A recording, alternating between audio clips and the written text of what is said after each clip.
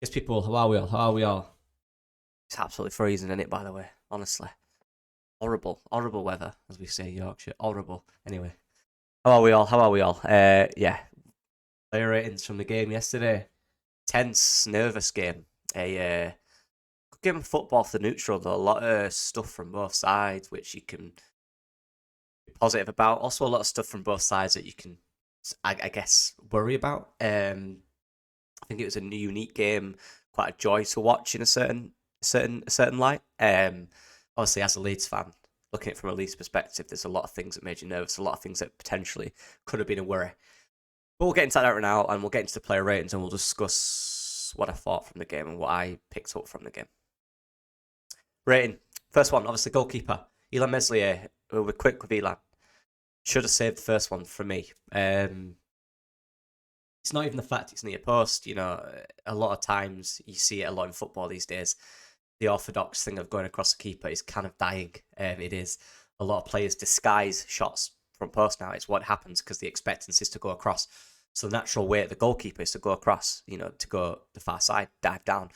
So a lot of players learn from that and they kick it through players' legs and through gaps and go for the near post because the keeper isn't expecting that. But in this kind of experience from this game, I don't think that was the case. I think it was quite close to him up here. Probably something I believe he should have got. And you probably think he should have got. I'm sure the coaching staff believed he should have got that. It is close. He is slightly blocked. But for me, I think he's got to get that. Having said that, I do think he did make an excellent save in the second half, 1v1, which was huge in the moment. So, yeah, ups and downs for Elan Meslier yesterday. There is certainly a discussion around Meslier. A lot of people are talking about it. My opinion hasn't changed from what I said.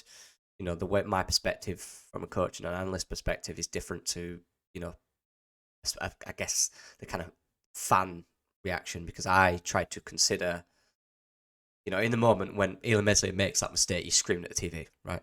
But in reflection, you're looking at it, it's thinking, right, this kid has potential. He's clearly shown that in the Premier League in the first season and in the promotion season that he is a good goalkeeper.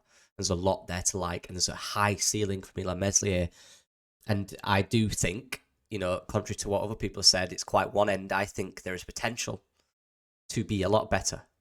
I do. I think he's got that potential. So for me, it's the same thing with Leeds United. We've got this keeper here and people want him gone. People think he should stay. I don't think it's black and white. I think it's a matter of you have this goalkeeper who is young still for a goalkeeper who has a lot to learn, who has a lot of potential and has proven he can be better than he's currently performing consistently. I mean, he still makes good saves.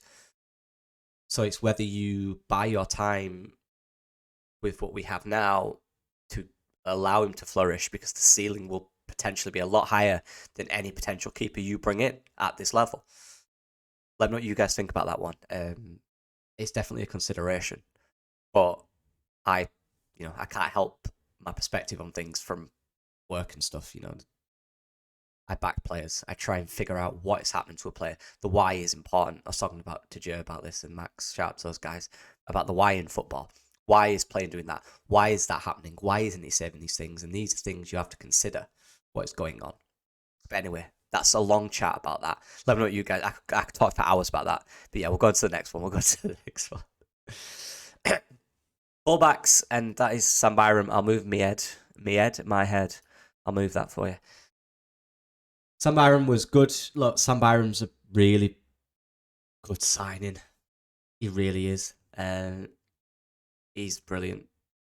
Quality of Sam Byram is something that I think even now Leeds fans are slightly, not even Leeds fans, I think just football in general is slightly underrated. Naturally, of course, because the reason he didn't make it to the level he was expected to do is, for me, based, one, I believe potentially he did move to the Premier League a year or two early. I do think that is a case. He wasn't quite ready for that step up. But in terms of ability, he always had it.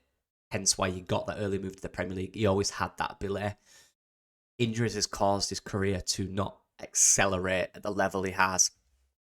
And the proof of that is what he's doing right now. The way he's playing, he's playing for a team at the top of the Championship, and he's playing well every week. Do you see what I mean? And when you have someone who actually cares for the player and that player's body is reacting well to training, or There's a real understanding between the player and his body now and what he can do and the workloads. You get the maximum out of that player. And each week you can just see Sam Byram doing more and more things. You almost forget about Sam Byram, that he was actually quite tricky. He was a very skillful player at Leeds. You know, he'd do step-overs, he'd take people on, he'd put people on the backside. He's not just this solid defender. He's actually really effective going forward. And that's what he was kind of known for at Leeds when he first came here. And I used to love Sam Byram when I was a young lad. You know, I was coming through college. I was a fullback at that time because I was all right at defending. And I used to watch clips of Sam Byram. He was my favourite player. And I always forget, you know, going forward, he was so aggressive and good, and his crossing was excellent. His 1v1s were good. He did some skills, step-overs, finishing in the bottom corner. Yeah, top player, Sam Byram, and that's the player we have right now, and we need to cherish him, and we need to be careful with him and look after him, because he's a good player. He's a really good player for this level, and I really like him. I really do. Always have. Archie Gray. Oh, what can we say about Archie Gray? That rhymes. I said this on many streams this week. There's a lot of young talented players out there, extremely talented players. Players that could, in terms of just raw potential and raw talent, could reach the top. Right? There's loads of them. Loads. And most of them you'll never hear the name of. There are many things that come to making this player elite and making him perform consistently. One of those things is temperament. You know, how do they react? How do they act on a pitch? What are they like as a person? And what does that filter into football? Archie Gray is a type of person at the moment in his career who is playing because he enjoys it and he likes it. He doesn't look fazed. He doesn't look bothered. He doesn't look concerned. To have a young man with such a mature brain, a mature mentality, is very rare. Only elite players have that at such a young age. And there's obvious names that you can mention who, and it's weird when you talk about this, people think, oh, he's never going to be as good as that guy. You know what we're talking about, old Jude. No. You're not saying that. You're saying the sign of the player now is similar attributes in terms of mental to what Jude Bellingham was showing at Birmingham. This young guy who came in was playing with no pressure. His mentality was so mature for a young man. He came into the game and did everything he was required consistently every week. You know, the ceiling of a player is defined within many years. Let's be honest. It's hard to really put a grasp on the ceiling of a player that is 17. You know, but in terms of mentality, and that's all I'm talking about right now, Archie Gray's mentality is that of a player who is 25, like Sam Byram. I know he's older, but you know, someone like that who's played a lot of experience. And he's 17, and this is his first season, really, playing consistent football at professional level. And for him to come in and just make the right decisions at a consistent manner is elite mentality. It really is. Let's see how he develops through that. Let's see when he gets older, maybe as he goes up the leagues, will that pressure or the change of environment when he's not at Leeds affect that? I hope not. And I like the structure he's got around him. The obvious Leeds legends that are there to support him, and his dad and his family are clearly good around him. Keep that support, because they're the people that have got you to this stage, and they're the people that have allowed you to have that free mindset of playing the way Leeds are right now and the way he's playing for Leeds. It's because of that. He doesn't look nervous. He doesn't look bothered. He's enjoying it. He's doing his job consistently every single week. Excellent. Unbelievable player. Unbelievable player.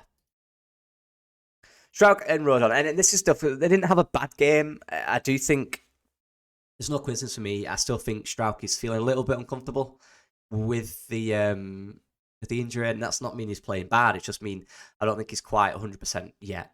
And I've seen people saying, well, why is he playing? I've seen that on Twitter. Why is he playing if he's not 100% fit? I understand that, but at the end of the day, you're going to play a player that is 80% fit if you believe he is still adequate at the level than the third choice. Who is that at the moment? You know, Pascal Strauch is also the captain. You know, he has that example. He's going to play. If it's just uncomfortableness, you know, he will become the player he was pre-injury. He's getting there slowly. Give him time. It might be there. This good week now of training might help that. just knowing your body again and feeling comfortable in your body again after surgery. It's normal. I thought it was fine. Just slight hesitation at times. Decision making slightly off. That's all it is. It's just little things, but he wasn't bad by any means. But I'd give him a 6. Rodon I thought was slightly better. Again, Rodon's ability to just read the game is ridiculous. That block as well. And how many blocks like that has he done where he doesn't dive into tackles, he doesn't get beat by fake shots or anything like that. He stands it up, he judges whether the player's going to fake shot or whether they're going to shoot, and he's always blocking it. His blocking is massively underrated this season. He genuinely saved us so many goals from just being heroic in terms of blocking. Good on the ball as well, and he's fairly dominant in the tackle. It was good yesterday. It was Rodon without being extraordinary because obviously we conceded goals.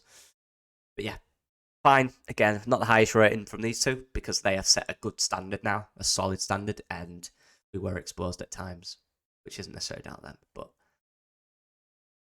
midfield, yeah, it's a lot of things about Ampadu. I do think, yeah, I was talking to the guys, Joe and Max, again, second time I mentioned those two, about Ampadu's role and how at times he is getting exposed because of how advanced Kamara is, and when the press or whenever we do that shape where Kamara is more higher up, Ampadu is kind of left.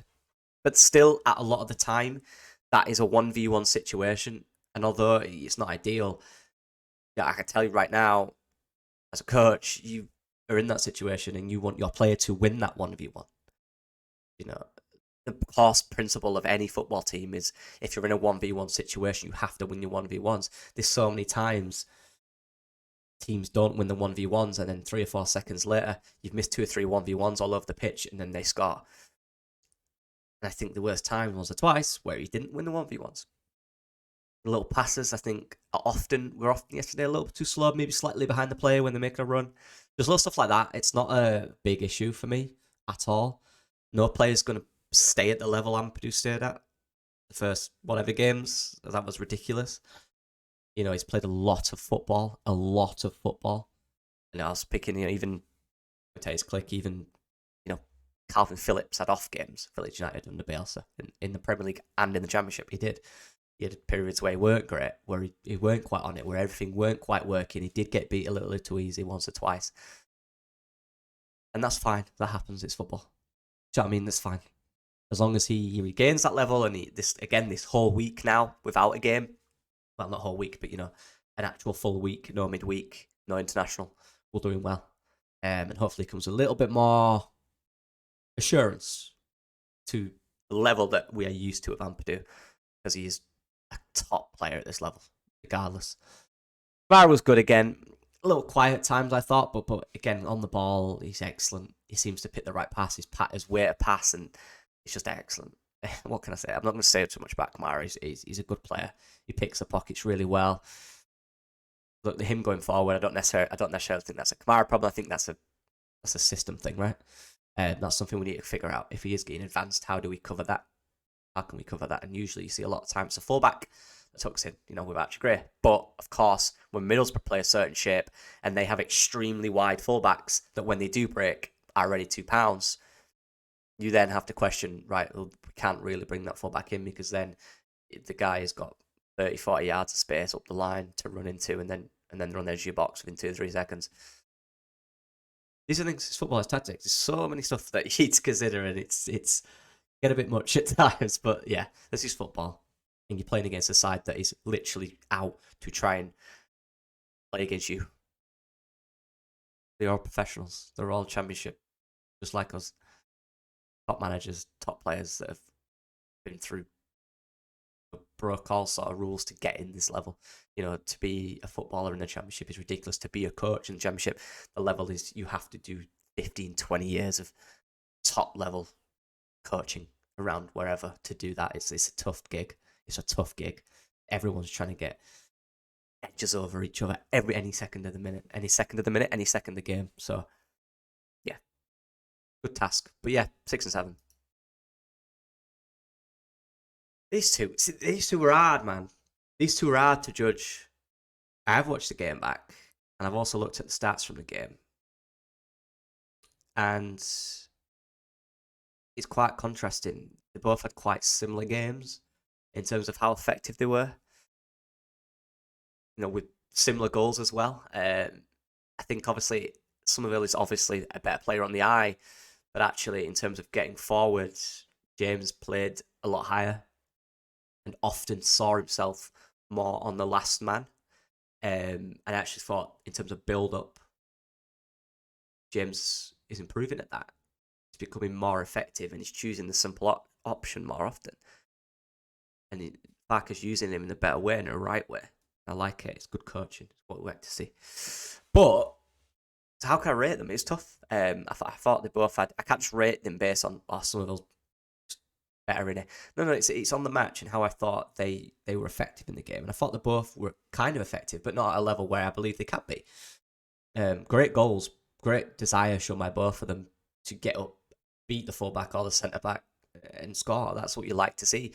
I think defensively they both improved a lot. They're both maturing as players on and off the ball, which is great to see.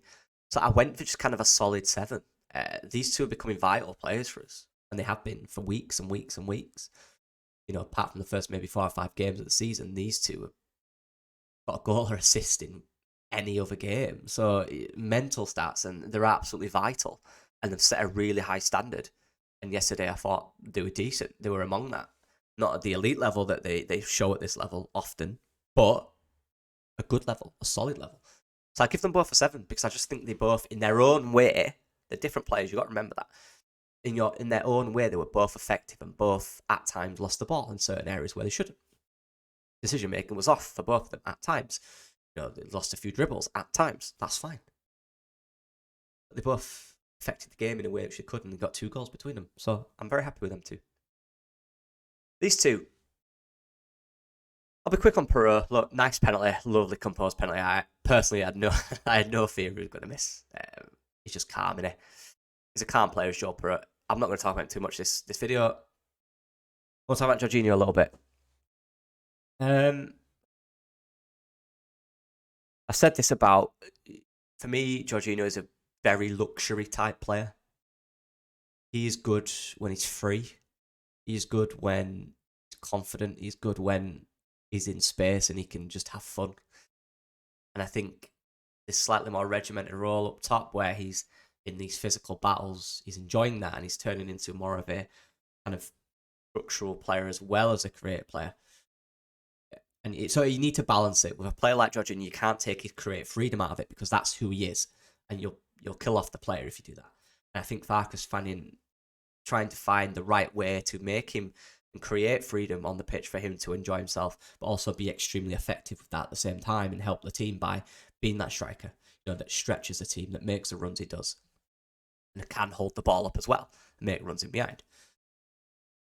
And this is the process that you need to trust your manager and trust the player and the manager as a combination to become better for the club. And you are seeing it. Look, the game against Watford, for example, where he's running around the pitch, he's been extremely effective. Yeah, he was. But there's also parts of that game where we didn't create as many clear-cut chances because Georginio, who is responsible for making those runs off defenders that creates the space, was deeper, taking 5 or 6 players on.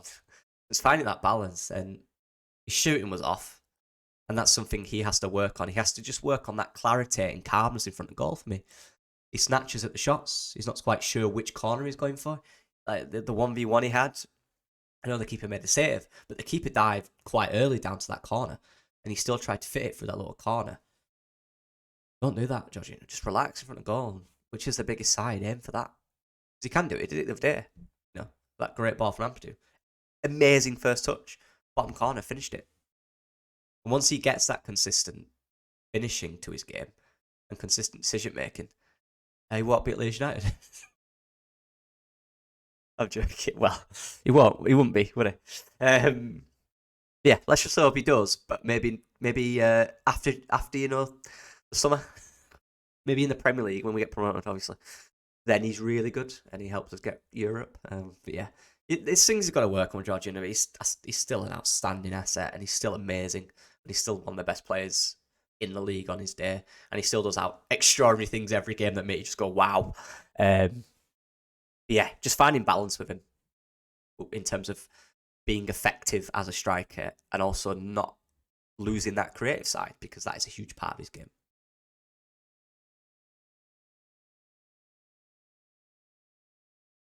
Yeah. Well, what do you guys think about that game? What do you guys think about it? There's a strange. It's weird because I've seen a lot of content this week and Twitter reaction, and it is an air of negativity, and it's true. There's a lot of things in that game that didn't quite work, that weren't quite effective, I guess. Like Daniel Fark said, we did get too excited at times. We did leave a lot of space. It wasn't effective at all, and they did create gaps. But you've also got to consider the opponents we're playing against. Carrick has a very certain style of play, and they had a clear move from the goal kicks or from playing out where they would try and create space against us, and it worked. Because, like I said, these are top professionals just like us. Anyone can do that at this level. You know, it's elite. Obviously, not Premier League, but in terms of the wide scale of football, this level is elite. It's extraordinary, the amount of technology and the amount of feedback and the amount of stuff that goes into each session and each detail, tiny detail.